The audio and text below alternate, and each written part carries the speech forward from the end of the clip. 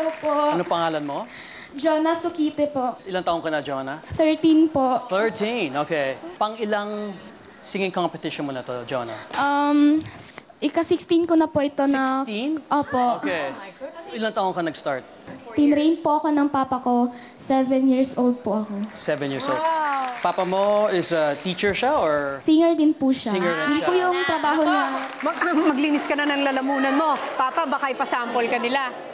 Well, Jonah, I shall say, yes, huli akong umikot, no? Pero may points para sa akin kung habang kumakanta ka, parang sumisigaw ka na eh. I wanted it suave, I wanted it cleaner at those high registers, ang yung mataas na yon. Umpisa pa lang, maganda na agad yung dating sa akin. Yung, alam mo kaya importante sa mga awit at musikero na puso ang nangunguna? Kasi yan din ang nakikipag-usap sa puso ng nakikinig sa'yo.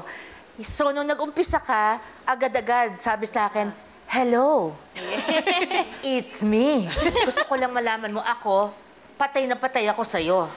Kahit na sinabi na ngang medyo napapasigaw din yung boses mo, that is true. Pero for the song Anak ng Pasig, okay din na parang may galit kang isinama na may konting sigaw dahil nga anak ng Pasig naman kayo, na may galit din na nakahalo sa interpretasyon mo.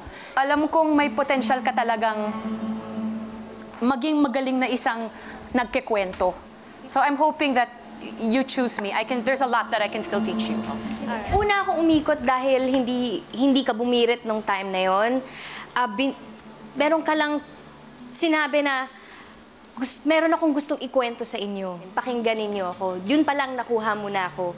All the more nung narinig na kita na anak ng Pasig naman kayo. Talagang tama si Coach. Nandoon yung galit.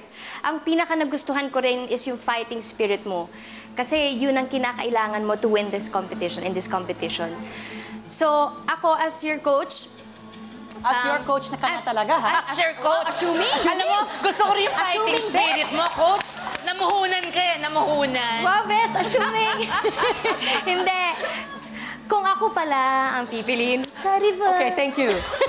Kung ako, sorry.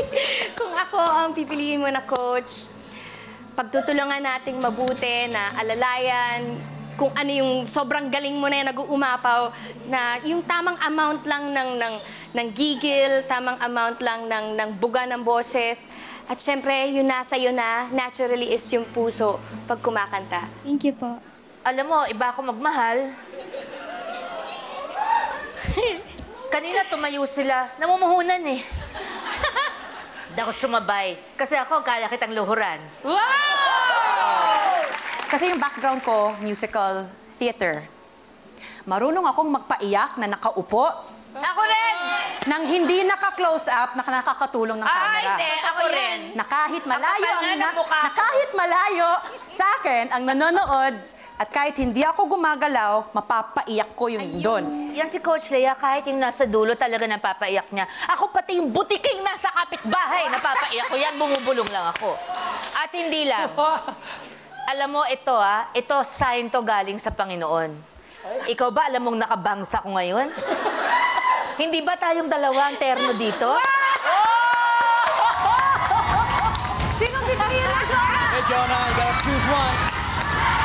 Pipiliin ko po ang coach na to kasi po, alam ko po na matutulungan niya po ako.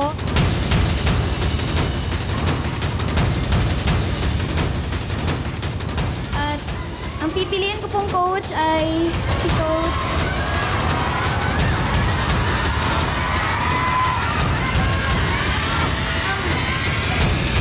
Go on lahat!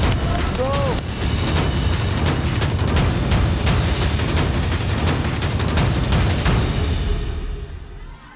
Coach Sarah.